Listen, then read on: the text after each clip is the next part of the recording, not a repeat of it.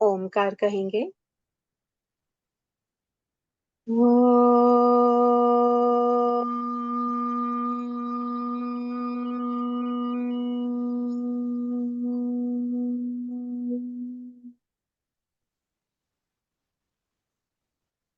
वक्रतुंड महाकाय सूर्यकोटि समप्रभ निर्विघ्नं कुरु मे देव सर्वकार्येषु सर्वदा। गुरुर्ब्रह्मा गुरुर्विष्णु गुरुर्देवो महेश्वरा गुरुर्साक्षात् परब्रह्म तस्मै श्री गुरुवे नमः। अंगूठा आज्ञा चक्र पे लगा के आंखें खोल। प्राति रिकॉर्डिंग शुरू करें। कर दी है क्या? ओके। रिकॉर्डिंग ऑन है मैम। अच्छा अच्छा जी, सॉरी ध्यान नहीं दिया। आज निर्जला एकादशी के इस अवसर पर जिसमें हम काफी लोगों का निर्जल व्रत भी होगा, तो आज हम इसलिए एक ही सत्र करेंगे 40 मिनट्स का ही। और इस पावन अवसर पर जहाँ पे भगवान कृष्ण ने सबसे बड़ी जो देन दी है ना हमें भगवत गीता की, तो उन्हीं के चरणों में ये सत्र को समर्पित करते हुए, और भगवान कृष्ण ने हमें जो कुछ सिखाया है भगवत गीता में, जैसे हमने पहले तो देखा ही है कि हर समस्या का हल है, भगवत गीता हम समझ लेते हैं तो जीवन सार्थक हो जाएगा। तो यही इसी में से ही कुछ कुछ चीजें हम आज भी देखने का प्रयास करेंगे। हालांकि हमारा टॉपिक गीता नहीं है आज, पर उसमें के कुछ जो लेसन्स है ये हम इसमें थोड़ा सा हम देखेंगे। तो आज का जो विषय है ये है हमारा रियल एजुकेशन एंड मनी। ज्यादातर लोग इसी से परेशान होते हैं। ज्यादातर जो प्रश्न भी आते हैं ना, एस्ट्रोलॉजी के अंदर देख लो या वास्तुशास्त्र के अंदर भी जब हम देखते हैं तो क्या होता है, ये कॉमन प्रॉब्लम है, ये 3-4 प्रॉब्लम। पहला क्या होता है? पैसा। पैसा कहाँ से आएगा? पैसे आने का साधन होता है। दूसरा क्या होता है? बच्चे का करियर, बच्चे का एजुकेशन, बच्चे का फ्यूचर। थर्ड क्या होता है? Relationship problems. और फोर्थ हेल्थ। ये 99% प्रॉब्लम्स तो यही 4 होते हैं। और इसमें के 2 हम आज कवर कर रहे हैं, that is the money and the real education. तो आप लोगों के जो कुछ क्वेश्चंस हैं ये हमने लिए भी है, ये भी हम देखेंगे। और education, what is education and what is the aim of education.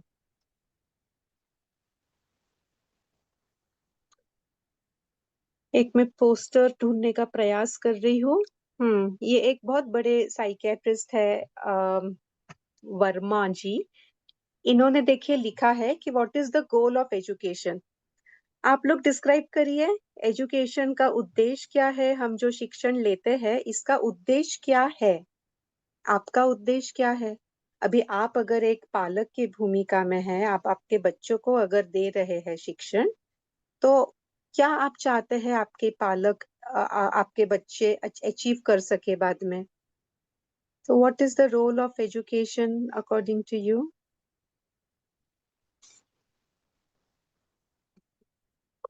या आप चैट बॉक्स में लिखेंगे तो ज्यादा better. I will read them aloud. To be compassionate towards oneself and others. Very good. All right. और कोई कुछ कहना चाहता है? और किसी का कुछ है ऐसे, कुछ अपना एक ओपिनियन है, कुछ उद्देश्य है?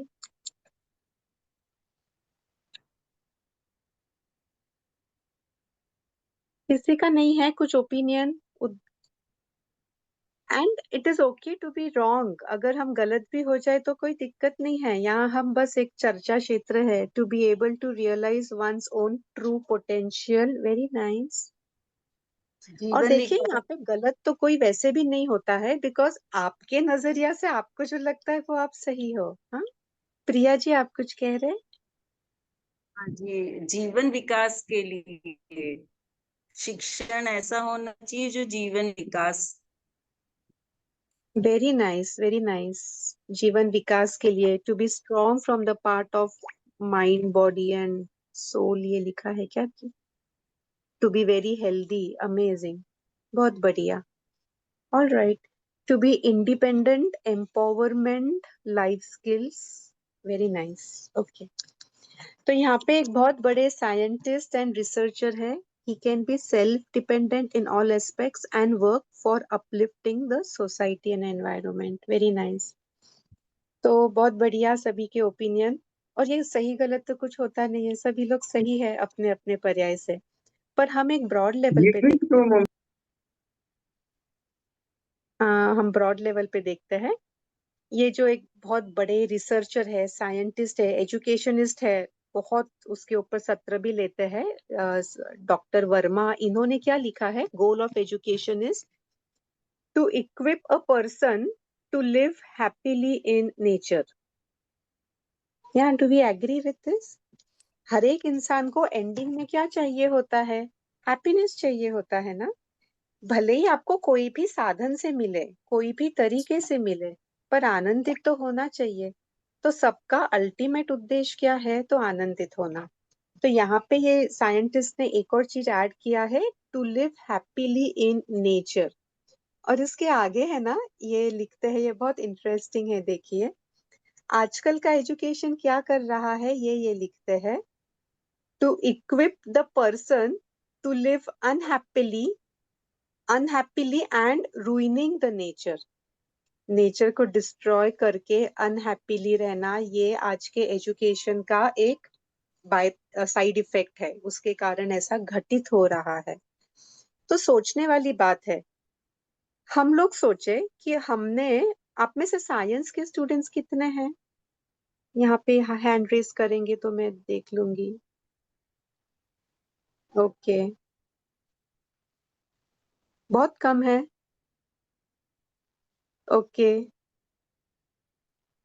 ठीक है। तो क्योंकि मैं साइंस की स्टूडेंट हूँ, तो मैं कॉमर्स के बारे में ज्यादा नहीं जानती हूँ। तो चलिए, जो साइंस के स्टूडेंट्स हैं, हमने साइंस में देखिए फिजिक्स केमिस्ट्री हमारा कंपलसरी सब्जेक्ट हुआ करता था। इंग्लिश, फिजिक्स, केमिस्ट्री हमारे जनरेशन में, अभी those who would be in the 50s ऐसे। और वो केमिस्ट्री के लिए केमिस्ट्री का लेक्चर होता था। 11th 12th की मैं बात कर रही हूँ। इवन 8th 9th 10th में केमिस्ट्री सब्जेक्ट था। 11th 12th में केमिस्ट्री का लेक्चर होता था। केमिस्ट्री के प्रैक्टिकल होते थे ट्वाइस अ वीक। और केमिस्ट्री क्लास सीखने के लिए मुझे याद है, मैं जाती थी 5 किलोमीटर दूर, और रोज रोज जाना आना। कितने घंटे हमने उसमें स्पेंड किए, I mean thousands of hours जो हमने उसमें स्पेंड किया है। आज हमें क्या लाभ मिलता है हमारे जीवन में उस केमिस्ट्री का? हम उसमें का कितना परसेंटेज अप्लाई कर पा रहे हैं? मैं मेरे जीवन में 1% भी नहीं अप्लाई कर पा रही हूँ, जिसमें हजारों घंटे हमने डाले थे, जो वेस्ट हो गया ना। इन द सेंस हम बोल सकते हैं कि ये वेस्ट हो गया। अच्छा, एक और बड़े साइंटिस्ट है, इनका, इन्होंने पता है क्या लिखा है? मैं उनका, मुझे मिले तो अभी नाम याद नहीं आ रहा है। I am bad at remembering names, as most of you know. तो sorry for that, but I can get that data. ये मेरे अपने शब्द कुछ नहीं है। उन्होंने क्या कहा है कि जो बच्चा है, ये आ, हाँ, same with trigonometry also, yes you are right. तो ये देखिए, ये एक एजुकेशनिस्ट क्या कहते हैं कि एक बच्चा जो 15 20 साल में जो सीखता है ना, 10 तक के जो 10 साल हो गए, उसके पहले 3 साल रहता है वो लोअर केजी, अपर केजी, हायर केजी। उसके भी पहले अभी तो प्री नर्सरी शुरू कर दिया है। और उसके बाद में वापस 11th 12th, और आगे का डिग्री। तो ये कहते हैं 12th स्टैंडर्ड तक के जो भी हमने 16 17 साल बच्चे के एजुकेशन में गवाए हैं, उसमें से 6 जो भी इम्पोर्टेंट चीजें हैं, वो कहते हैं इसमें लैंग्वेज, पढ़ना लिखना इम्पोर्टेंट है, मैथ्स इम्पोर्टेंट है, और थोड़ा बेसिक्स ऑफ साइंस इम्पोर्टेंट है। जो भी आगे के जीवन में जो भी लाभदायक रहेगा बच्चे के लिए, ये पढ़ने के लिए उसे मैक्सिमम 6 मंथ्स लगते हैं। जिसमें हमने 16 साल गुजारे हैं बच्चे के। यानी कितने साल हमने, जो कि सबसे फाउंडेशनल ईयर है बच्चे के, ये हमने वेस्ट किए हैं, कल्पना करिए। और उसके बाद में, और उतना ही समय, हाँ, यानी जितना समय बच्चा स्कूल में जाता है उतने ही समय में मैक्सिमम 6 महीने के अंदर वो ये सारी चीज पढ़ सकता है। एक छोटा एग्जाम्पल देख लेते हैं। हर बच्चा 2 साल के अंदर घर में एक लैंग्वेज सीख लेता है, जन्मने के बाद में, हाँ। और वही लैंग्वेज अगर हम उसे स्कूल कॉलेजेस में डालते हैं तो उसे कितना समय लगता है सीखने में। घर पे जब वो बच्चा सीखता है प्रैक्टिकली, तो उसमें कोई सिलेबस होता है, कोई उसकी परीक्षा होती है, कुछ ऐसा अलग से क्लास होता है कि अभी तेरा क्लास है 10 से 4 बजे तक के, उसके बाद में फिर तूने नहीं सीखना है। ऐसा नियम नहीं होता है ना घर में, जो अभी स्कूल में होता है। अभी 10 से 4 स्कूल है, उसके बाद में खत्म, अभी देन नो लर्निंग, ऐसा नहीं होता है। In fact main learning happens when you are practically doing things. ऐसे कहते हैं कि जब भी हम पढ़ते हैं ना कुछ, 80% we forget, maximum 20% you remember.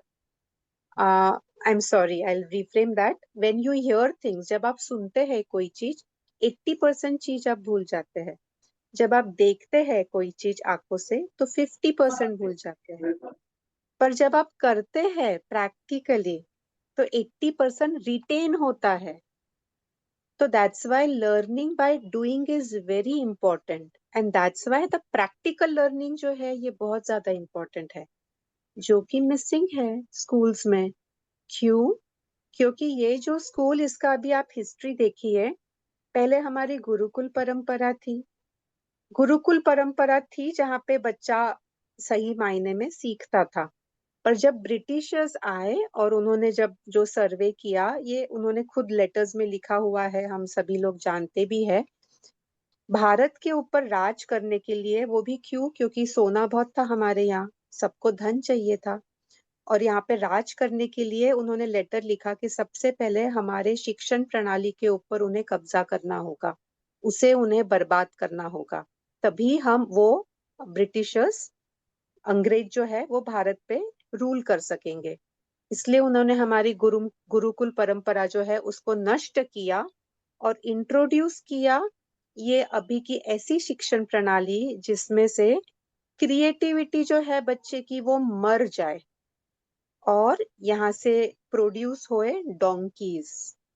In the sense, I am sorry to use this word, but ये समझाने के लिए कि क्रिएटिविटी नष्ट हो जाती है और सिर्फ ऑर्डर्स फॉलो करने के लिए उन्हें कोई बच्चा चाहिए था या इंसान चाहिए था, इसलिए उन्होंने ये एजुकेशन सिस्टम को भारत में लाया। और आज इतने सालों के बाद भी हम लोग फिर भी वो फॉलो कर रहे हैं। और आपके पहचान के बहुत सारे लोग होंगे, जो भी लोग founder members, owners of the schools, ये जो है, इनका उद्देश्य क्या है स्कूल शुरू करने का? पुराने जमाने में जैसे गुरुकुल चलाते थे, कि उनका उद्देश्य था कि बच्चों को सही ज्ञान देना, बड़ा करना, यशस्वी करना। हम्म? अगली जनरेशन जो है हमारी हमारी हमारा देश फ्लरिश करे, अगला जनरेशन अच्छा हो। पर आज जो लोग स्कूल शुरू कर रहे हैं, उनका उद्देश्य क्या है? क्या है? सिर्फ पैसा, करना, only money. To profit. Gain profit. Very good, very nice, everyone knows that. उनका उद्देश्य है पैसा कमाना। तो पैसा कौन सी चीज में मिलता है, वो चीज वो लोग करते हैं। इसमें बच्चे पर संस्कार कैसे होंगे भला? वेरी वेरी बेसिक सिस्टम, कि अगर जिस जहाँ पे बच्चा जा रहा है उनका उद्देश्य ही है पैसा कमाना, तो बच्चे पे संस्कार कैसे होंगे? तो मैं कुछ छोटे छोटे ये पढ़ती हूँ सेंटेंसेस जो हमारे कहाँ गए,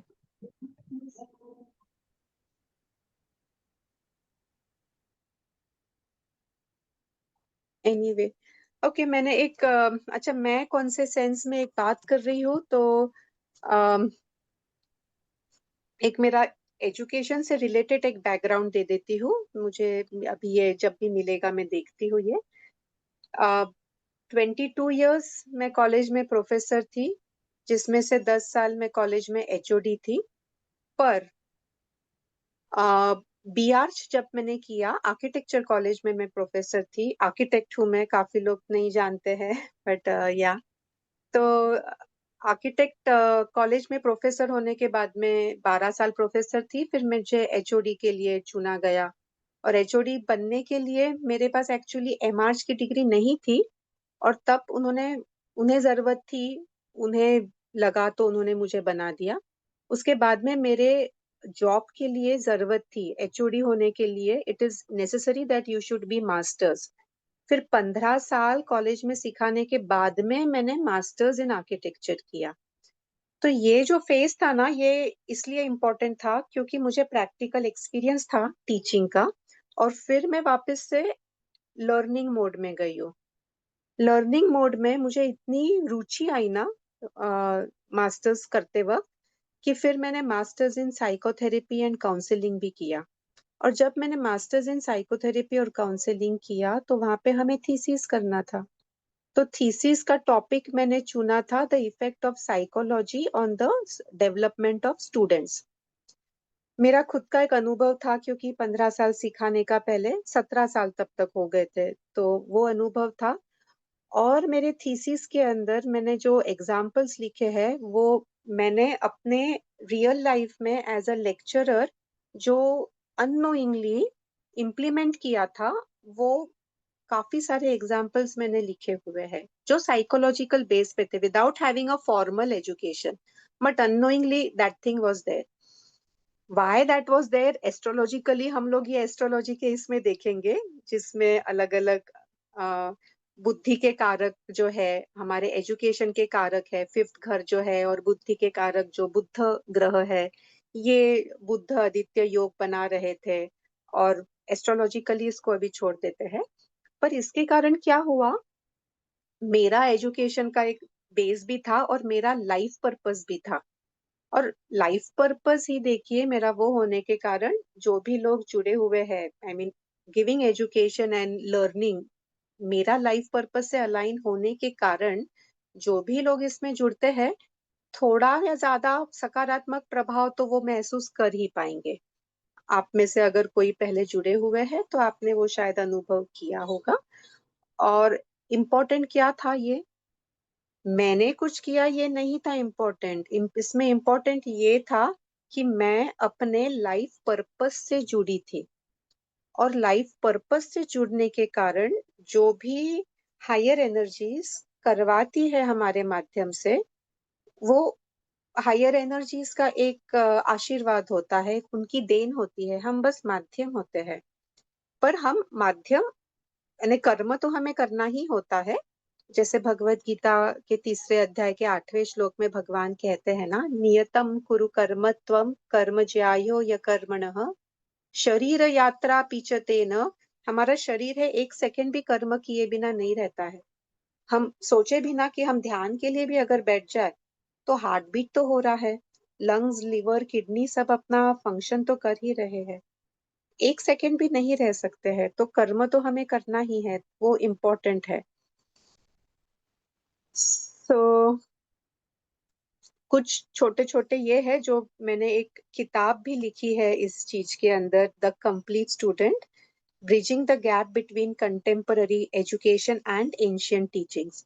और इसमें 2 सेक्शन है। पहला सेक्शन इज अबाउट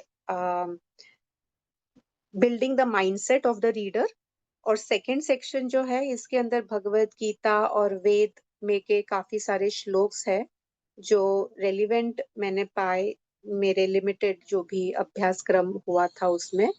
और उसका ट्रांसलेशन और उसका एप्लीकेशन, और उपनिषद के कहानियों के जरिए वो समझाने का एक मैंने छोटा प्रयास किया है। तो उसमें का बहुत सारा चीज जो अभी इसमें भी हमारे लिए रेलिवेंट है, तो ये थोड़े कुछ चीजें हम देखते हैं। So education and money. Okay, before I start with that, हम सभी लोगों देखिए जो भी यहाँ पे माएँ ज्यादा है, और जब भी हमें बच्चा होता है ना, तब हमारी भूमिका क्या होती है? एक माँ होने के नाते, एक पालक होने के नाते, एक पिता होने के नाते, कि हमारे बच्चे को सबसे बेस्ट मिले। और वो जो बेस्ट है, वो खोजना मेरे लिए तब शुरू हुआ था जब मेरी बेटी जन्मी थी। तो फिर उसके लिए कौन सी शिक्षण प्रणाली अच्छी रहेगी, कौन सा स्कूल अच्छा रहता है। और मैं खुद एजुकेशन फील्ड में होने के कारण एजुकेशन अलग तरीके से देखने का एक नजरिया भी था, इसलिए उसे इंग्लिश मीडियम स्कूल में नहीं डाला था, मैंने मराठी मीडियम में डाला था, बिकॉज उसके लिए उसका मदर टंग मराठी था। और एजुकेशन ये जब हमारे मातृभाषा में होती है तो ज्यादा अच्छी से ग्रहण कर पाते हैं हम। तो और आजकल होता क्या है, पालक लोगों को एक जो सोसाइटी का जो प्रेशर है कि मेरे बच्चे को इंग्लिश आनी चाहिए, इसलिए इंग्लिश मीडियम स्कूल में डालते हैं। सिर्फ इंग्लिश सीखना जरूरी नहीं है, वो तो बच्चा 2 3 6 महीने में सीख लेगा, पर वो पूरा एजुकेशन का बेस जो उसका है वो कच्चा हो जाता है, क्योंकि उसके मदर टंग में एजुकेशन नहीं हो पाती है। और ये क्यों होता है? हमारी गलती नहीं है, एज अ पेरेंट हम लोग हमारे बच्चे को अच्छा ही देने का प्रयास करते हैं, पर वो अच्छा हम समझ नहीं पाते हैं। और हमारे ऊपर एक थोड़ा प्रेशर होता है, जो हम लोग हमारे 21 डेज होलिस्टिक लाइफ प्रोग्राम में भी कहते हैं ना, LKK फैक्टर। याद है आपको? लोग क्या कहेंगे फैक्टर। ये फैक्टर इतना बड़ा होता है कि जब मैंने मेरे बच्चे को मराठी मीडियम स्कूल में डाला, तो मुझे याद है कि लोग क्या कहेंगे फैक्टर से बाकी के आजू बाजू के हमारे घर के लोग इतने ज्यादा इम्पैक्ट हुए थे कि उन्हें लग रहा था अरे लोग क्या कहेंगे। हमारे नासिक में तब तो ना मराठी मीडियम स्कूल ये एक ही थी जो गवर्नमेंट की नहीं थी, बाकी तो गवर्नमेंट की स्कूल्स है वो जो होते थे मराठी लैंग्वेज में। तो लोग क्या कहेंगे फियर के कारण और वो फैक्टर के कारण हमारे बच्चों के ऊपर भी ऐसा, हम लोग ये अननोइंगली में भी होता है, और हम लोग हमारे बच्चे के लिए बेस्ट चाहते हैं, जो हमें लगता है कि वो बेस्ट होगा। तो एक वो पेरेंट का प्रेशर होता है। Then second is, education is about money, about मेरे बच्चे ने अच्छी कमाई करनी चाहिए। अभी यहाँ पे देखिए हम ये सेकंड एस्पेक्ट को टच कर रहे हैं। सो राशि जी की डिमांड थी कि हम मनी के ऊपर सत्र ले और एजुकेशन के ऊपर क्वेश्चंस थे, तो ये दोनों और साथ में जाते हैं हैंड इन हैंड। सो तभी ये सत्र हम ले रहे हैं। So it is about money. So now, okay, I am also writing a book on beyond money. तो उसके ऊपर की, आई थिंक इसी डिवाइस में वो कविता है। ठीक है, मैं उसका एक सारांश आपको बोल देती हूँ कि money, what is it that you want in life? Is it happiness that you want in life, or is it money that you want in life? तो ऐसा अगर हम क्वेश्चन पूछेंगे कि आपको आनंदित रहना है या आपको पैसे कमाना है, तो सभी लोग बोलेंगे कि हमें तो आनंदित रहना है। पर लगता ऐसा है कि पैसे कमाएंगे तो ही आनंदित रह पाएंगे। पर देखिए, हम पैसा क्या क्या ले सकता है? पैसा आपके लिए एक बहुत सुंदर बिस्तर ले आएगा, पर वो नींद नहीं ला सकता है। हम्म। पैसा आपको बहुत बढ़िया भोजन दे देगा, पर वो आरोग्य नहीं दे सकता है। इनफैक्ट हेल्थ के ऊपर जब हम बात करेंगे ना, तो मैं ये भी आपको बताऊंगी कि पैसे के कारण ही हेल्थ कैसे खराब होती है। It is absolutely related. और मैं आदिवासियों के साथ में, बहुत गरीब किसान लोगों के साथ में मैं रहती हूँ, उनके घर में मैं रहती हूँ, उनके साथ खाती पीती हूँ। और वो जो भी एक्सपीरियंस है ये वो हेल्थ के सेशन में हम देखेंगे। पर इस पे से मैंने जो एक निष्कर्ष निकाला है और देखा है, और मैं सबसे हाई एंड फैमिलीज में भी रहती हूँ। इनफैक्ट नासिक में 40 50 साल पहले मेरा जब बचपना था, मेरी फैमिली जो है वो नासिक की रिचेस्ट फैमिली में से one of the richest family थी। और इसलिए वो जो भी लग्जरी और जो रिचनेस है, ये मैंने बहुत करीब से देखा हुआ है, एक्सपीरियंस किया हुआ है। और आज भी मैं जाते रहती हूँ मम्मी के यहाँ खाना खाने, भोजन करने। तो ये उसका भी एक ये रहता है। तो ऑफ कोर्स अब मेरे मम्मी के यहाँ तो हेल्थ कॉन्शियस काफी है, बट काफी जगह पे मैंने ये भी देखा है कि जहाँ पे पैसा ज्यादा होता है वहां पे माँ लोग ज्यादा समय देते हैं रसोई में। और ज्यादा खाना खाने में, बीच बीच के हेल्थ हमें बताता है कि बीच के 6-7 घंटे 8 घंटे कुछ नहीं खाना होता है तो हेल्दी रहेंगे। और अगर पैसा आ गया तो घर में क्या आता है, टीवी आता है, टीवी के कारण पिज्जा एंड बहुत सारा Lay's. And I really don't know, 10 साल से मैंने तो टीवी नहीं देखा है, मेरे घर में टीवी नहीं है, पर ये एडवर्टाइजमेंट एक बार आ जाए तो फिर तो बच्चा वो डिमांड करेगा ही। क्योंकि उसके इंद्रिय में आपने ही डाला है ना, वो टीवी के जरिए जा रहा है ना यार, अगर कि पिज्जा है वो, मैकडी एंड पिज्जा हट या जो भी होंगे, और वो ये आइसक्रीम्स चाहिए, तो फिर उसकी इंद्रिय जो है वो ललचा देती है वो। और जहां पे वो इंद्रिय को ललचा आ गया, फिर भगवत गीता में भगवान ये भी कहते हैं कि वो मिथ्याचारी बनेगा। 3 अध्याय के 6वें श्लोक में भगवान कहते हैं कि अगर इंद्रिय को जो चाहिए, अगर वो बच्चे को चाहिए कुछ, या हमें भी, कोई भी इंसान को भी एक आधी चीज अगर चाहिए और वो नहीं मिली, इंद्रिय अगर अतृप्त है और मन अगर उसकी कामना कर रहा है, तो वो मिथ्याचारी बनेगा। और भगवान भगवत गीता के बहुत सारे श्लोक्स में ये भी कहते हैं, जो हमने अभी परसों के सत्र में भी देखा था, तो मैं रिपीट नहीं करती हूँ। भोगेश्वर्य प्रसक्ता नाम, कि जो भी भोग इंद्रिय करती है, और इंद्रिय को अगर आप भोग देंगे तो आप कमजोर कर रहे हैं आपके बच्चे को या खुद को। तो हम क्वेश्चन आंसर्स थोड़े बाद में हम जरूर लेंगे। अभी हम एक मैम बार जब ये, मैम बस मिथ्याचारी क्या होता है मुझे समझ नहीं आया। अच्छा सॉरी, ओके, मिथ्याचारी इज अ हिपोक्रेट।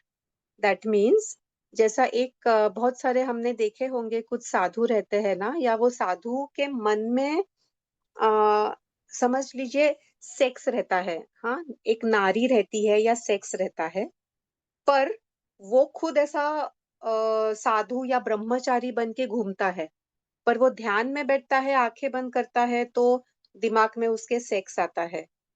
और वो बता रहा है कुछ और, उसका मन सोच रहा है कुछ और शरीर कर रहा है कुछ और, तो वो मिथ्याचारी कहलाएगा। और इसका एक बहुत सुंदर उदाहरण है कि आ, एक गुरु उनके शिष्य को कहता है, यहाँ से वहां जाना है आपने, और किसी महिला से आपने संपर्क नहीं करना है। और वो लोग जब जाते हैं तो एक बुढ़ी औरत नदी के इस तरफ बैठी रहती है। फ्लडिंग होता है, पूर आया होता है पान नदी में, तो वो जा नहीं पाती है, क्रॉस नहीं कर पाती है। तो वो एक साधक हमेशा वो सोचते रहता है कि अरे ये तो महिला है, तो मैं इससे बात कैसे करूं, मैं उसको कैसे पूछूं। और वो वही सोचते रहता है। दूसरा जो है, वो जाता है, उसको पूछता है, और वो बोलता है बस क्रॉस करवा दे बेटा। वो उसको उठाता है और कंधे पे रख के क्रॉस करवा देता है, वहां पे छोड़ देता है। ये लोग जाते हैं, उनका जो भी कार्य रहता है करते हैं, वापिस से आते हैं। और वापिस आने के बाद में फिर वो उसके गुरु को बोलता है कि वो जो दूसरा है ना इंसान, जिसके मन में चल रहा था, वो बोले कि उसने तो एक महिला को हाथ भी लगा लिया, उठा भी लिया। और फिर उसके गुरुजी बोलते हैं कि उसने तो उसको उठाया और वहीं पे छोड़ दिया, उसने उसको औरत के हिसाब से नहीं देखा, उसने माँ देखा उसमें, और उसने उसको मदद की, औरत नहीं देखा। पर तूने उसे अभी तक के नहीं छोड़ा है, तू तो अभी तक दिमाग में लिए घूम रहा है उसे। तो ये जब होता है वो मिथ्याचारी होता है। और मिथ्याचारी इंसान ने नहीं होना चाहिए, इसलिए ओशो ने ये जो जो भी उन्होंने एक उनका प्रोग्राम बनाया हुआ है, वो प्रोग्राम के अंदर पूरा फ्रीडम दिया हुआ है, इसलिए कि मिथ्याचारी तो तू मत बन पहले, मिथ्याचारी के परे जा। और मिथ्याचारी के परे जब तुम जाओगे ना, तब फिर बाकी के चीज होंगे। फिर इंद्रियों के ऊपर संयम दोगे जब हम सीखेंगे। बहुत सारे लोग देखिए, कितने बार हमारे सत्र में आपने में से कितने लोगों ने पूछा होगा कि सात्विक आहार पे जब भी हम बोलते हैं तो नहीं, टेस्टी तो चाहिए होता है, हमारे घर में भोजन तो उन्हें उन्हें ये वैरायटी चाहिए होती है, वैरायटी चाहिए है, टेस्ट भी चाहिए है, तला हुआ भी चाहिए है। ये सब इसके अंदर ना ही सिर्फ हमारा समय जाता है, पर हमारी हेल्थ भी जाती है, हमारे पैसे भी जाते हैं। इसलिए वो जो गरीब, जब जो आदिवासी जिनके साथ में रहती हूँ ना, वो लोग बाहर से सब्जी तक नहीं लाते हैं। 5 रुपए का धनिया भी नहीं लाएंगे। उनके खेत में उगता है तो वो खाएंगे, नहीं उगता है तो वो बेसन और दाल बना के वो खाएंगे। तो इतना सेल्फ सस्टेनेबल होने के कारण उनके बच्चों के इंद्रियों के ऊपर ऑटोमेटिकली वो संयम रहता है। इसलिए आदिवासी लोगों में कभी रेप नहीं होता है, क्योंकि इंद्रिय इंद्रिय है। फिर आप भले ही जीभ को बोल दे, ये आप सेक्स को बोले, आपके जो भी ये 5 सेंसेस है, हमारा टच, नाक, मुंह, आंखें, कान, इनके जरिए हम जो भी रिसीव करते हैं, ये सभी चीज हम इंद्रिय के जरिए हम भोग ले रहे हैं। और उसी को संयम रखना बहुत ज्यादा इम्पोर्टेंट है। ये हमने परसों ही हमारे बहुत सारे सत्रों के अंदर देखा हुआ है, बहुत सारे श्लोक में देखा हुआ है। तो वो लिंक आप चाहो तो देख सकते हैं, उसके अंदर हम ये आप रिपीट नहीं करते हैं। कमिंग बैक टू हमारा एजुकेशन एंड मनी। सो हम चाहते हैं कि हमारा बच्चा मनी ले। ओके, हम मनी पे बात कर रहे थे, वो कविता के ऊपर हम बात कर रहे थे। So money can buy you bed but not sleep, money can buy you food but not health, money can also buy you doctors but not health, money can also buy you sex but not real love. So जो भी real happiness है, और ऐसे मैंने बहुत सारी चीज उसमें मैं ऐड करते गई हूँ। सही आनंद आपको जब मिलता है, अभी आप सोचिए आपका सही आनंदित क्षण कौन सा था। एक सेकेंड पॉज लीजिए और सोचिए कौन सा था आपका आनंदित क्षण। बहुत से लोग बोलेंगे मेरा जब बेटा हुआ तब, बच्चे का ये हुआ वो हुआ तब। ये पैसे के ऊपर डिपेंडेंट नहीं था। Real happiness is not dependent on the money we earn. एक बहुत अच्छा सेइंग है, एक साधक है जो भगवान को बोलता है कि I am so surprised with the way that people are living, कि first they will lose their health to get wealth, and then they will lose their wealth to get health. हाँ, तो पहले आप आपका हेल्थ खो देते हो, तबीयत खो देते हो पैसे कमाने के लिए, फिर बाद में पैसे खो देते हो doctors and scans and city scans and I don't know what all things. क्यों? तो हेल्थ वापस पाने के लिए। और उसमें स्ट्रेस और टेंशन बिल्ड होता है। सब चीज का जो मूल शब्द है, ये है सहजता, ये है नैसर्गिकता, ये है नेचर, ये है इजीनेस। तभी ये डॉक्टर वर्मा ने जो कहा था कि what is the goal of education is to gain happiness while living in nature. Naturalness यानी सहजता में होना, ये बहुत इंपॉर्टेंट है। और यही सहजता में आज अगर हम देखेंगे तो हमारा जीवन नहीं है। क्यों? तो उसका बेस है हमारी शिक्षण प्रणाली। और वही शिक्षण प्रणाली जो ब्रिटिशर्स ने, अंग्रेजों ने भारत में लाई थी, वो हम फॉलो कर रहे हैं, इसलिए ये सब हुआ है। छोटे छोटे चीज हम और देखते हैं कि एक इंसान है जो एमबीए होता है, आईआईटी, आईआईएम, मास्टर्स, पीएचडी करके जाता है एक जापान में बीच के ऊपर, जहाँ एक इंसान है, फिशरमैन है, आराम से आनंद से लेटा होता है, उसके बच्चों के साथ, उसके पर पोतों के साथ, पोतों के साथ खेलते रहता है। वहां पे पता है ना, एवरेज लाइफ 104 ईयर्स है।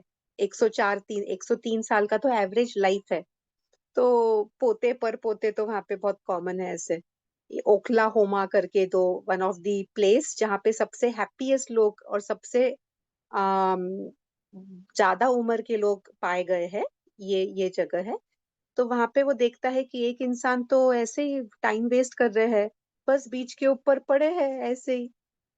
तो फिर वो उसको बोलता है, ये एमबीए वाला बच्चा, इसे हम अमित नाम दे देते हैं। अमित बोलता है उसे कि आप इतना समय क्यों व्यर्थ डाल रहे हो? आप जब जाते हो तो क्या क्या करते हो? तो बोले बस मैं जाता हूँ, फिशेस लेके आता हूँ मेरे परिवार के लिए यहाँ पे, फिर वो बनाते हैं, हम लोग सब लोग मिलके खाते हैं, पीते हैं, खेलते हैं, सोते हैं, ध्यान करते हैं, जगते हैं, ये जीवन है। तो वो बोलता है, अरे आप कितना समय वेस्ट करते हो। आप अगर 2 घंटा और अगर मछली पकड़ोगे तो आप ज्यादा इतने गुना ज्यादा मछली पकड़ लेंगे। तो वो बुढ़ा इंसान बोलता है, तो अच्छा ज्यादा पकड़ लूंगा मैं, तो फिर उससे क्या होगा? फिर वो बोलता है कि उससे आपको ज्यादा पैसे मिलेंगे, आप बेच सकते हो। ये बोलता है अच्छा, फिर उससे क्या होगा?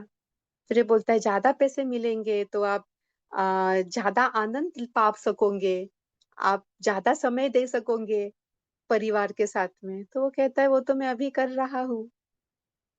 और वो हमारा एजुकेशन सिस्टम क्या करता है, जो नेचुरलनेस है, जो सहजता है, उससे हमको पहले हटाता है और फिर हमें वापस सिखाता है कि नहीं, अगर किसी को, अगर कोई सीख जाए, समझ जाए तो।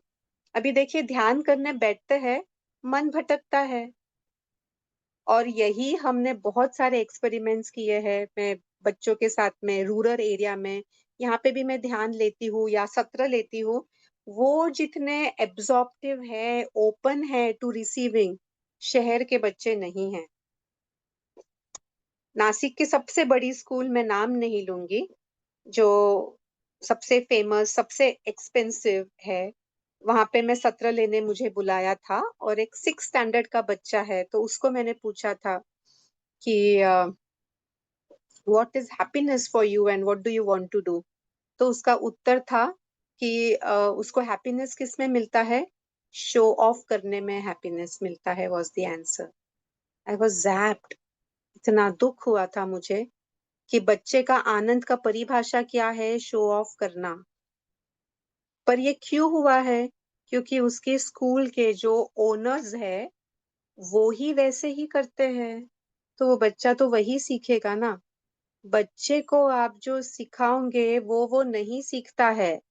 पर आप स्वयं जो आचरण करते हो और आप जिस तरीके से बिहेव करते हो, वो ग्रहण करता है। जिस स्कूल में हम बच्चे को भेज रहे हैं, उनके ओनर्स की वैल्यू ही अगर शो ऑफ करना है, तो बच्चा तो वो सीखना स्वाभाविक ही है ना। वही अगर हम बच्चे को नेचर में ले जाएंगे, निसर्ग में ले जाएंगे, निसर्ग से अगर वो बच्चा सीखेगा तो इतना। अब बहुत बार ना मैं बच्चों को लेके जाती हूँ, जो अंजनेरी में जो जगह है वहां पे ना, अभी 2 साल पहले हमने खुदाई करी थी, यानी क्या बोलते हैं उसे, कंटूर ट्रेंचेस। तो जो पानी है, रेन वाटर हार्वेस्टिंग।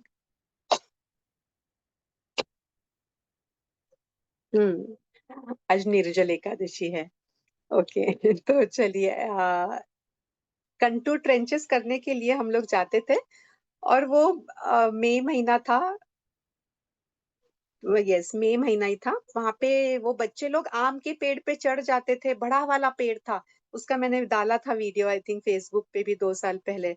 वहां पे आम तोड़ के लाते थे, और वो करवन थे, वो आलिव थे, वो तोड़ के लाते थे। और मैं कुछ यहाँ से कुछ नाश्ता ले जाती थी। वो तो हम एंजॉय नहीं करते थे, पर ये नेचुरल में जो है, ये हम लोग बड़ा एंजॉय करते थे। Oh okay, all right, so the meeting is about to and.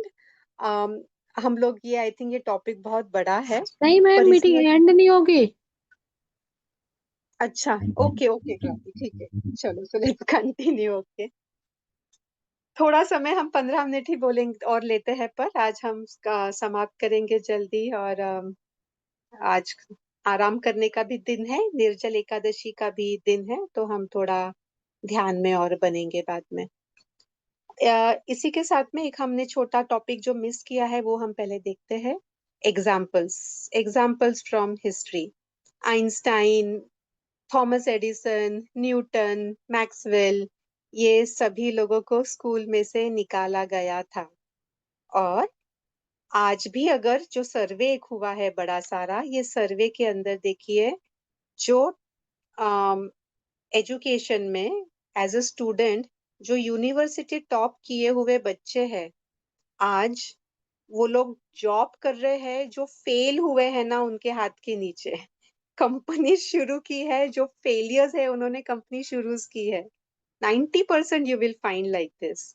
Of course there are exceptions, but 90% आप देखेंगे कि फेल हुए बच्चे के हाथों के नीचे जो स्कूल के टॉपर्स है वो काम कर रहे हैं। दिस itself shows कि the education system is not right, there is something wrong with it, है ना। क्योंकि अगर ये एजुकेशन सिस्टम सही होता तो यहाँ पे जो सक्सेसफुल रहे हैं वो आगे जीवन में भी सक्सेसफुल ही होते, जॉब में भी सक्सेसफुल होते, जीवन में भी सक्सेसफुल होते। पर कुछ साल पहले हमने देखा है कि एक 12वीं का स्टूडेंट है, आईएएस ऑफिसर का बच्चा था, उसने सुसाइड कर लिया। 12th में शायद उसे कम मार्क्स मिले, फेल हो गया तो सुसाइड कर लिया। देखिए, तो यहाँ पे बैलेंस नहीं है, intellectual health, emotional health, physical health, इसमें का that balance thing is missing. और उसका मुख्य कारण है हमारी एजुकेशन सिस्टम। हम पैसा खर्च करते हैं, जो हमने देखा था ना कि हम तबीयत को खराब करते हैं पैसा कमाने में, और फिर पैसा खर्च करते हैं तबीयत वापस कमाने में। तो देखिए, अभी अगर आप पैसा कमा रहे हैं तो क्यों कमा रहे हैं, मुझे बताइए, आपका रीजन क्या है? आप में भी तबीयत नहीं खराब कर रहे हो, आप सब ठीक से कर रहे हो, पर पैसा कमाने का कुछ तो उद्देश्य होगा ना आपका। सबसे मेन उद्देश्य बहुत लोगों का होता है, मेरे बच्चे की एजुकेशन ठीक से हो, मेरे बच्चे की शादी में ठीक से कर पाऊं, मेरे बच्चे को मैं घर बार अच्छे से दे सकूं। ऐसा चैट बॉक्स में लिखिए, आपका क्या है, या बताएं यहाँ पे। मीटिंग एंड नहीं होने वाली है तो आप बताएं।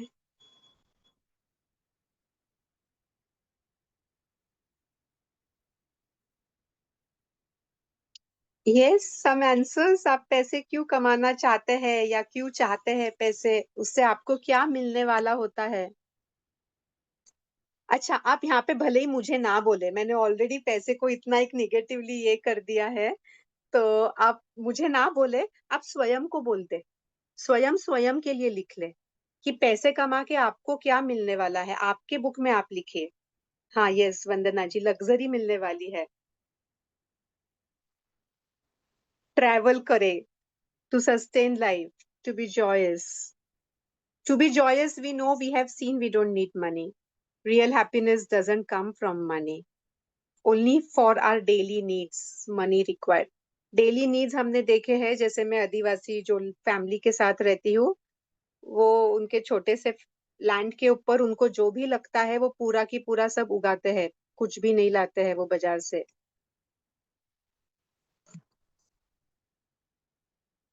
For me, it is to be occupied. Okay, to be occupied. Okay, fine. There are better things to be occupied. ध्यान करके कभी देखा है? ध्यान में ऑक्यूपाई करेंगे तो चलिए, हम ये सारे सारे बड़े ग्रेट अचीवर्स हैं ना, जिन्हें हम ग्रेट कहते हैं, उनका एक थोड़ा सा बैकग्राउंड देखते हैं। हाँ, आप लीजिए कोई भी, सब सब लोग आप देख लीजिए, कोई भी है ना बहुत बड़ा इंटेलेक्चुअली ये नहीं था, except for I think Swami Vivekananda, he was very intellectual also. But intellectual होने के कारण वो ग्रेट पर्सनालिटी नहीं हुए हैं। सारे ग्रेट पर्सनालिटीज हुए हैं because they have gone beyond the intellect. जो हमने भगवत गीता के 3 अध्याय के 42 नंबर के श्लोक में हम हमेशा से देखते हुए आए हैं, इंद्रियाणि पराण्याहुरिन्द्रियेण्य परम मनः मनसस्ते परा बुद्धि यो बुद्धे परतस्तु सः। तो ये शरीर, इंद्रिय, मन, बुद्धि, आत्मा, ये जो स्तर है इंसान का, तो बुद्धि के लेवल के परे जो है ये आत्मा, सोल लेवल जो है, स्पिरिचुअल लेवल। सारे ग्रेट साइंटिस्ट आप देखेंगे, ये जब खाली हो जाते हैं ना, तब भगवान की ऊर्जा आती है, और वो ऊर्जा से वो कनेक्ट होते हैं। और जैसे आइंस्टाइन ने E is equal to MC² बोला, आज तक लोग प्रूव नहीं कर पा रहे हैं E is equal to MC²। उन्होंने तब कैसे किया? इंटेलेक्चुअल लेवल पे नहीं किया, पर जब वो रिक्त बैठे थे, जब ध्यान में बैठे थे, एम्प्टी बैठे थे, तब दैवी शक्ति के कारण ये ज्ञान हासिल हुआ। जैसे वेद मिले ना हमें, ये सारे के सारे वेद हमारे कहाँ से आए हैं? अभी भगवत गीता जो है ये तो स्वयं कृष्ण की वाणी है, पर बाकी के सारे जो वेद है, ये सारे वेद हमें कहाँ से मिले हैं? ये जब हमारे ऋषि मुनि रिक्त बैठे थे, तो रिक्त बैठे थे तो भगवान ने ही वो सारा ज्ञान जो है, सही ज्ञान, वो डाउनलोड किया है। जो ऋषि ऋषि मुनि ने एब्जॉर्ब किया है और हम तक पहुंचाया है वेद के जरिए। अच्छा, वेद कितने लोगों ने पढ़ा है? कितने स्कूल्स में ये सिखाते हैं? जो हम जानते हैं ना, भगवत गीता तो भगवान की वाणी है, और वेद भी भगवान के जरिए, ऋषि मुनि के जरिए भगवान की ही वाणी हम तक पहुंची है, श्रुति और स्मृति के कारण मिला है। ये सही होने के बाद में भी ये क्यों नहीं है हमारे स्कूल्स में, कॉलेजेस में क्यों नहीं सिखाते हैं? हमें भी पता है, हमें भी अनुभव है कि हम भी भगवत गीता के कारण, मेरा तो पूरा लाइफ बदला है गीता के कारण। आप लोगों को भी उसका सकारात्मक प्रभाव अनुभव तो हुआ है। बच्चे को क्यों नहीं सिखाते? क्यों हम उसे स्कूल में डाल रहे हैं जहां हम उसे फोर्स करते हैं ऐसे कुछ डिग्री लेने के लिए जो कुछ नहीं, बस पेपर का टुकड़ा है। और उससे ज्यादा से ज्यादा क्या मिलेगा? तो जॉब मिलेगा। वो जॉब में से ज्यादा क्या मिलेगा? तो पैसा मिलेगा, स्ट्रेस, टेंशन, बर्डन के कारण के साथ में। और वो जो स्ट्रेस, टेंशन, बर्डन जो मिलेगा, उसके कारण सहजता निकल जाएगी और पैसे तो ऐसे भी मिलेंगे। हमें जो बेसिक जीना है, इंसान छोड़ के आप देखिए कौन है इस पृथ्वी पे। कितने करोड़ों योनियां है, इतने करोड़ों योनियां में से इंसान के अलावा बाकी का कौन सा प्राणी या पशु पक्षी पैसे कमाता है या पैसे एकत्रित करता है? कौन सा पक्षी करता है पैसे एकत्रित, या प्राणी करता है?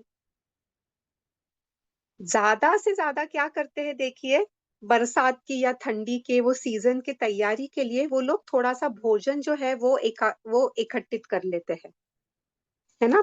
जो चींटियां है या पशु पक्षी है वो उतना बस कभी कभी एकत्रित कर लेते हैं, जो ठीक है हम लोग भी करते हैं। या आदिवासी लोगों के अंदर वो मिट्टी का और गोबर का एक बड़ा सारा ड्रम बनाते हैं, 8 फीट ऊंचाई का, जिसमें वो धान्य रख देते हैं साल भर का। So that is a different thing. But पैसे के कारण क्या हो रहा है, तो हमारा करप्शन सिस्टम सब बढ़ रहा है। ये कलयुग है। कलयुग में भी हम लोग हमारा स्वयं का सतयुग बना सकते हैं, पर ये हम पर निर्भर करता है कि do we allow them to govern us और do we govern our life. हमने चयन करना है कि हम हमारे आजू बाजू के जो भी चल रहा है ये कलयुग में, इसके प्रभाव के अंडर हम लोग जाए, या हम हमारा खुद का जीवन जो है ये हम रचे। हम पर ही निर्भर करता है। भगवान ना भगवत गीता में दूसरे अध्याय के 55 नंबर के श्लोक में कहते हैं, प्रजहाति यदा कामान् सर्वान् पार्थ मनोगतान् आत्मन्येवात्मना तुष्टः स्थितप्रज्ञस्य रुच्यते। तो हर इंसान क्या चाहता है? आत्मन्येवात्मना तुष्टः, अपने भीतर ही वो संतुष्ट और आनंदित और शांति से रहना चाहता है। जो हमने कहा कि हम सभी लोग आनंद चाहते हैं, तो ये वही भाषा है ना कि हम हमारे भीतर ही संतुष्टित रहना चाहते हैं। संतुष्टित नहीं रहेंगे तब तक आप आनंदित नहीं रह पाएंगे ज्यादा समय के लिए। जब तक आपके इंद्रिय इंद्रिय जो है ना, ये टेम्पररी बेसिस पे काम करते हैं। आगमा पायिनो अनित्या तान स्थितिक्षस्व भारत, दूसरे अध्याय के 14वें नंबर के श्लोक में भगवान कहते हैं ना, मात्रा स्पर्शास्तु कौन्तेय शीतोष्ण सुख दुखदा आगमा पायिनो अनित्या। जो आता है वही जाता है, वो सब अनित्य है। जब तक आप ये इंद्रिय के ऊपर आपके आनंद को निर्भर रहेगा, आपका आनंद जब तक इंद्रियों पे निर्भर रहेगा, जब तक वो शरीर पे निर्भर रहेगा, जब तक वो मन पे निर्भर रहेगा या बुद्धि पे निर्भर रहेगा, तब तक वो टेम्पररी रहेगा। क्योंकि आगमा पायिनो नित्या, वो आता है वो जाता है, वो अनित्य है। सर्दी और गर्मी ऋतु के हिसाब से है वो। इसलिए हमने क्या करना है, इसके परे जो है, ये यहाँ पे अगर हम जा सकेंगे, और ये कहाँ से आता है? सहजता से आता है। सहज जीवन शैली, निसर्ग के सानिध्य में, ये जब हम कर पाएंगे ऑटोमेटिकली आ जाएगा। जैसे इसमें हमने कहा है कि अलग अलग प्रकार के जो हम योग देखते हैं ना, कर्म योग, भक्ति योग, ज्ञान योग, राज योग। तो देखिए जब हम लोग कर्म योगी बनेंगे, कर्म योगी क्या है? कर्म करना है पर फल, कर्मण्यवाधिकारस्ते मा फलेषु कदाचन। दूसरे अध्याय के 47 नंबर के श्लोक में भगवान बताते हैं ना कि फल में अधिकार नहीं रखना है, यानी हमने बेसिकली निस्वार्थ भाव से कर्म करना है। हम्म? कर्म करने के लिए कर्म करना है, कि हमारा शरीर बना है कर्म करने के लिए और उस भाव से बस कर्म कर रहे हैं। तो फिर क्या होएगा? वो दुख दर्द नहीं होएगा, हम इक्वानिमस समभाव में रह सकेंगे। और वही अगर आप कर्म करते रहेंगे तो ऑटोमेटिकली आपको अनुभव आते रहेंगे और भगवान आप ऑटोमेटिकली भक्ति भाव में जाएंगे। भक्ति भाव में जाने के बाद में आपको ऑटोमेटिकली ज्ञान भी अर्जित होगा। Vice versa also happens. जब आप ये सही ज्ञान लेते हैं, सही ज्ञान, हाँ, पीएचडी वाला नहीं, सही ज्ञान जब आप लेते हैं तो वो भक्ति आपको भक्ति मार्ग पे भी ले जाता है।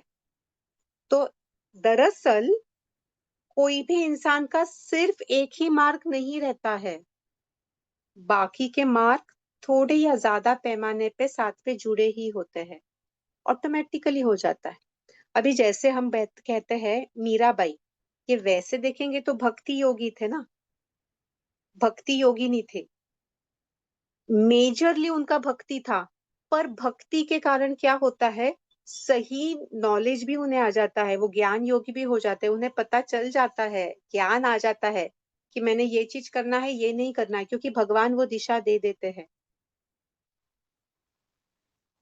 और वैसे ही वो उनका कर्म करते रहते हैं, उनका जो भी कर्म है वो तो वो नित्य कर्म करते हैं, भले ही उनके लिए पूजा पाठ हो। हमारे लिए, हर इंसान के लिए अलग अलग कर्म रह सकते हैं, है ना। तो ये सब तीनों चीज एक दूसरे के साथ में जुड़े हुए ही होते हैं वैसे, कि हम साथ में जा सकते हैं। एक मिनट, हाँ, let me just open the file, मैंने इसी में नोट्स बनाए थे एक्चुअली। तो okay, we can take some questions in that meantime. Let me search for that. किसी का अगर कुछ कहना है, कुछ बोलना है तो हम ये ले सकते हैं। मैम जी, ने मेरे मेरी तरफ से हाँ जी, बताइए। आपने तो ये है कि बहुत सारे लोग मुझसे पूछ रहा था कि आ,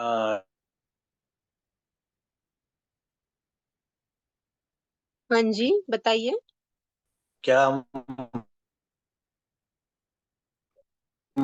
आपका आवाज ब्रेक हो रहा है कुमार जी, आप वीडियो बंद करके बात सीख करें। सकते हैं, क्योंकि दे आर नॉन वेजिटेरियंस। क्या वो लोग वेद मंत्र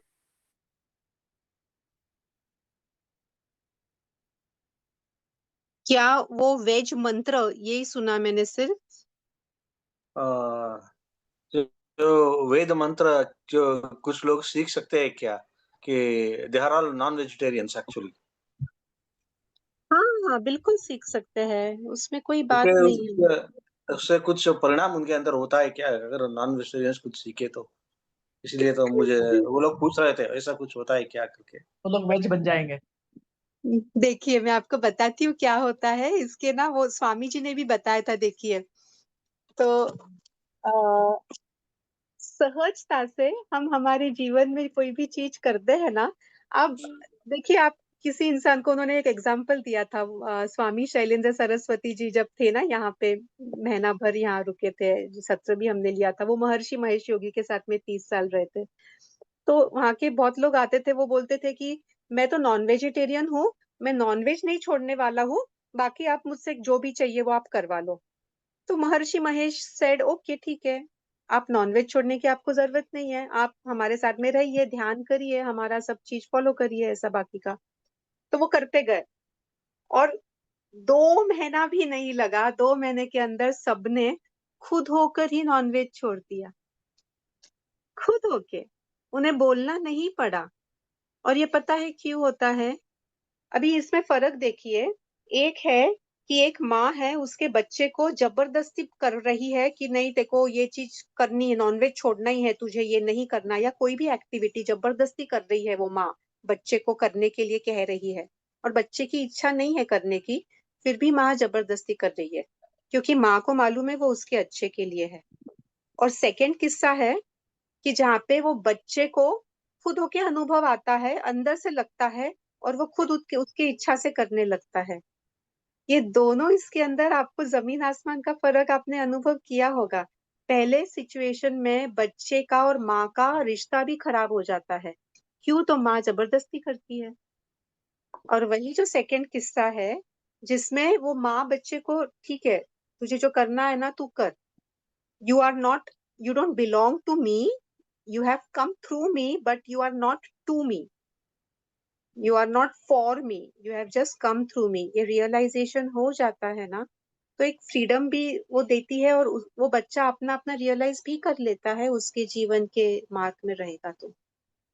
और वो करके वो अंदर से जब आता है ना चीज, तो ज्यादा अच्छा रहता है। तो कुमार जी नॉनवेज खा भी रहे हैं ना वो अभी, जब वो वेद पढ़ेंगे, गीता पढ़ेंगे, सही ज्ञान ऑटोमेटिकली आ ही जाएगा उन्हें, उनकी वाइब्रेशंस, एनर्जीज एलिवेट हो जाएंगे। एनर्जीज एलिवेट होने के बाद में उनकी बुद्धि भी जो है, जो उन्हें बता देगी कि नहीं ये चीज नहीं खाना है, वो बिल्कुल कर सकते हैं। मिथ्याचारी तो पहले नहीं बनना है हमने। तो मिथ्याचारी इज द सबसे बड़ा डेंजर थिंग। सो ये हमें पता होना चाहिए, इसलिए जो ओशो ने किया है ना, फ्री सेक्स भी है ओशो के आश्रम में, अगर आप देखेंगे तो। क्यों? क्योंकि उनको मिथ्याचारी नहीं रखना था, क्योंकि बहुत सारे जो ये स्वामी लोग रहते हैं ना, specially for the gents it is difficult to control their sex needs urge, जो मे बी फीमेल के लिए बहुत आसानी से या नेचुरलनेस में हो जाता है। बट इसलिए वो लोग जो मिथ्याचारी के लिए ये तरीका जो खोजा है, that is, everything has its plus and minus. हमारे यजुर्वेद में बोला है ना, सा विद्या सा मुक्तते। हम रियल नॉलेज क्या है जो आपको मुक्ति देगा? हमारे शिक्षण प्रणाली में पीएचडी करने के बाद में कौन सा नॉलेज हमें मुक्ति की तरफ ले जा रहा है? न भगवत गीता पढ़ा रहा है, न वेद पढ़ा रहा है। ये भगवत गीता का एक इसी से जुड़ता हुआ ये श्लोक है, चौथे अध्याय में 38 नंबर का होना चाहिए। नहीं ज्ञानेन सदृशम पवित्रमिह विद्यते। तो इसका क्या मतलब है? ज्ञान से और सर्वश्रेष्ठ कुछ नहीं है। नहीं ज्ञानेन, ज्ञान से भी पावरफुल या सुपीरियर कुछ नहीं है, जो हमें सारे बंधनों में से मुक्त करवा सकता है, या जो हमें मुक्ति दे सकता है, या जो हमें आत्मन्यवात्मना तुष्ट या आनंदित कर सकता है, या संतुलित कर सकता है। सारे श्लोक भगवत गीता के हमें यही उद्देश्य देते हैं कि हम हमारे अंदर ही कैसे खुशी पाए, हम अटैचमेंट से कैसे हम दूर जाए, फियर, राग, वीतराग भय क्रोध स्थित धीर मुनिरुच्यते। दूसरे अध्याय के 56 नंबर के श्लोक में भगवान कहते हैं ना कि दुखेष्वनुद्विग्न मनः सुखेषु विगत स्पृहः वीतराग भय क्रोध स्थित धीर मुनिरुच्यते। तो जब आप ये अटैचमेंट, फियर एंड एंगर छोड़ेंगे, तभी आप स्थित धीर मुनि कहलाएंगे। तो हम लोग सिर्फ इसमें से हम कितना ले पाते हैं ये हमारे ऊपर है। फिर हम स्वामी विवेकानंद देखते हैं,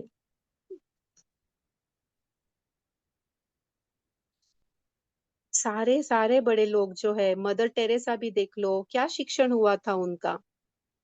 ज्ञानेश्वर महाराज देख लो, एकनाथ, संत तुकाराम, संत एकनाथ, कौन सी पीएचडी की थी इन्होंने, कौन सा मास्टर्स किया था?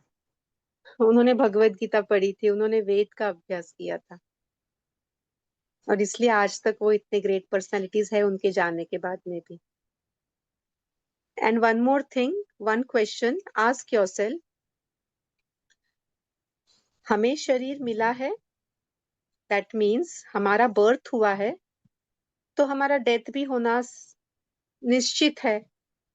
हमारा, हम जो भी क्षण यहाँ पे रहे हैं, मैक्सिमम 100 ईयर्स, मैक्सिमम 120 ईयर्स पकड़ लेते हैं, मैक्सिमम 120 ईयर्स भी अगर हम जीते हैं, तो ये 120 ईयर्स हमारे पूरा जो लाइफ टाइम है इसमें का कितना छोटा फ्रैक्शन है पता है आपको?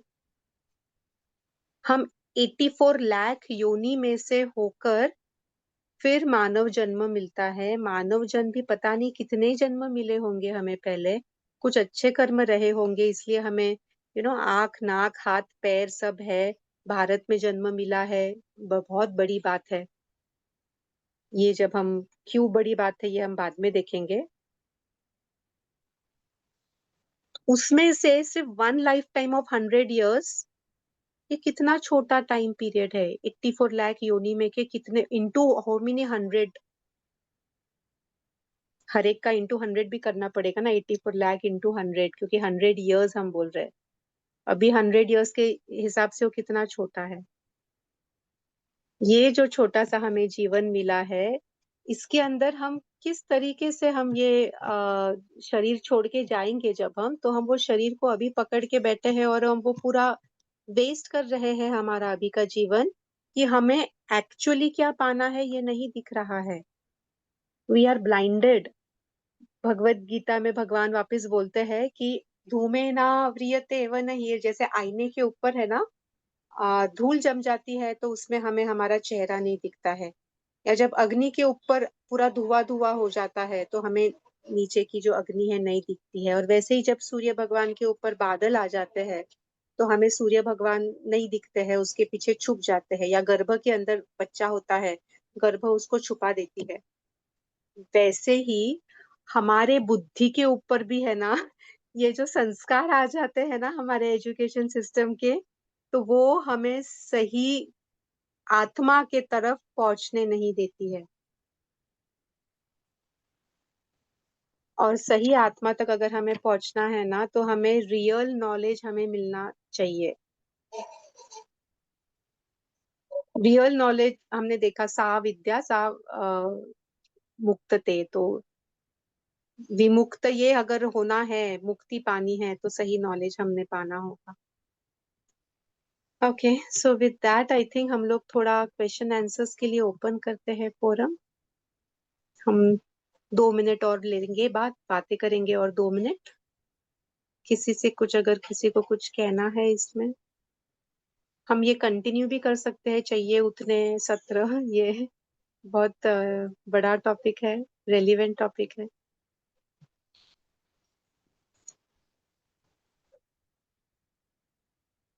Okay, so Rashi ji, you had suggested this topic, so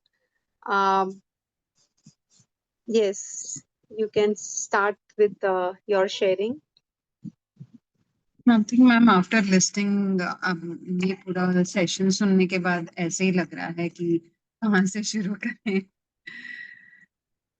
क्योंकि we have we are, it's like more we are into it, we Yes. are into that mithyachari thing. So how do we start, where do we start, और कैसे Yes. निकले? तो Very वो nice, तो Rashi ji. बहुत बड़ा question है अभी तो। Yes. So that So I don't know what else to say. thank you for this, Rashi ji. So I think ये है ना, काफी लोग अभी तक शायद शॉक मोड में भी हो सकते हैं, कुछ ये चीजें सुनने के बाद में, कुछ समझने के बाद में, और ये थोड़ा सा हमें रिसीव करने के लिए समय भी लग सकता है। But I can tell you the real things. अब जैसे अब मैं हिमालय जा रही थी, मैं वो युद्ध के कारण वापस मैं दोबारा आ गई थी, पर वहां पे 1 महीना मेरा रहना खाना पीना पूरा पूरा फ्री में ही होता है। No money is required for that. वहां पे वो स्वामी जी मुझे कब से बुला रहे थे, कितने महीनों से बुला रहे थे। बस ट्रैवलिंग का भी वो जो भी है वो, ये ट्रैवलिंग भी अगर एक सेल्फ सस्टेनेबल एक हमारा मॉडल अगर हो जाता है, ट्रैवलिंग की जरूरत नहीं होती है, बिकॉज सब कुछ हमारे भीतर ही होता है। एल्केमिस्ट करके एक किताब है पॉलो कोहिलो की, बहुत फेमस हुई है। उन्होंने वही लिखा है कि मैं इतने जगह पे ट्रैवल करते हुए गया हूँ और फिर एंडिंग में रियलाइज क्या हुआ है कि मैं जहां से निकला था वही सब कुछ था। और वो जो रियलाइजेशन है वो मैं अपना बताती हूँ। मुझे ट्रैवलिंग का जो सपना था, मेरा एक ही सपना था कि मैं बहुत घूमूं, बहुत ट्रैवल करूं शादी के पहले। शादी भी करने का कारण यही था कि नहीं, कोई तो है जिसके साथ में घूम सके। पर what ever my destiny would have had, which is a blessing I feel, कि 15 साल में 5 दिन के लिए भी नहीं गए थे घूमने ऐसे। सो वो जो भी ट्रैवलिंग का ये था कि नहीं जाने की जो इच्छा थी, एंडिंग में रियलाइज ये होता है कि everything is with in. In fact अभी मैं आपको बताऊं, मेरा पर्स लाऊं तो आपने मुझे पिछले बार वो जब ग्रहण था और मुझे हवन करने के लिए कहा था ना, आपके हवन करके वो जो विभूति मैंने अभी तक मेरे पर्स में वो लेबल करके रखा हुआ है। घर से बाहर इतना कम निकलना होता है, वो आपका विभूति भी मुझे पोस्ट में डालने के लिए जाना। अभी मैं घर के बाहर भी नहीं निकलना चाहती हूँ, कहने का तात्पर्य ये है कि, और घर भी मेरा 500 स्क्वायर फीट ही है। सो घर के बाहर ऑफकोर्स मैं अभी फॉरेस्ट में या निसर्ग में जाके वो आश्रम, एक गुरुकुल बनाने की इच्छा है, नैसर्गिक जीवन आश्रम बनाने का एक इच्छा है। तो वहां से बाद में तो कहीं जाने की इच्छा ही नहीं होगी, अभी भी नहीं होती है यहाँ से बाहर। तो आत्मन्येवात्मना तुष्टः स्थित प्रज्ञस्य रुच्यते, हम लोग अभी कहते हैं कि पैसे कमाने हैं घूमने के लिए, इसलिए मैंने ये सारे पॉइंट्स टच किए। तो वो जो हम गीता में समझते हैं, हमारे भीतर सब कुछ है। हमें हमारा जो आनंद मिलना होता है वो अंदर से ही मिलना होता है, बाहर से कोई नहीं दे सकता है हमें आनंद। कोई भी बाहर का इंसान हमें तृप्त नहीं कर सकता है, और अगर करेगा भी, अगर हम होएंगे भी, तो भी वो पल दो पल के लिए रहेगा, क्षणिक रहेगा। कांस्टेंट रहना है तो वो अंदर से ही आना होगा। सो आई थिंक दिस सेशन थोड़ा हजम करने में समय लग सकता है, तो हम अगला सत्र और रखेंगे, इसके ऊपर डिस्कशन कर सकते हैं। और अभी आप ग्रुप में थोड़ा शेयर कर सकते हैं आपके जो भी वरीज है, टेंशन है, रिफ्लेक्शंस है, basically I will say reflections, आपको जो लगता है वो। And feel free to write on this group. हमारा बहुत बढ़िया क्लोज निटेड ग्रुप है, जहाँ पे हमने बहुत कंट्रोल करके वैसे ही लोगों को प्रमोट किया है, यानी अंदर लिया है ग्रुप में, अलाउ किया है ग्रुप में। So you can feel free. हम लोग आज रात तक के ये कल सुबह तक के खुला रखते हैं ग्रुप, आपके रिस्पॉन्सेज एंड रिफ्लेक्शंस के लिए। और चाहो तो अगला सत्र हम दोबारा रख सकते हैं इसका। And let us end with our closing prayer.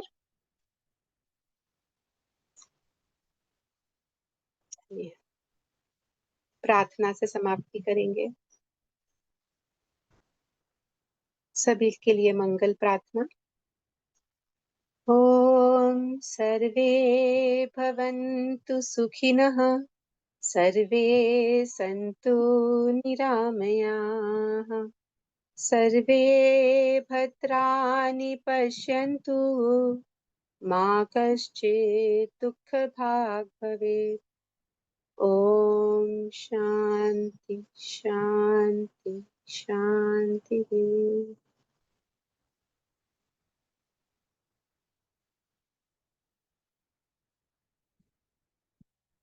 नमस्ते, मिलते हैं।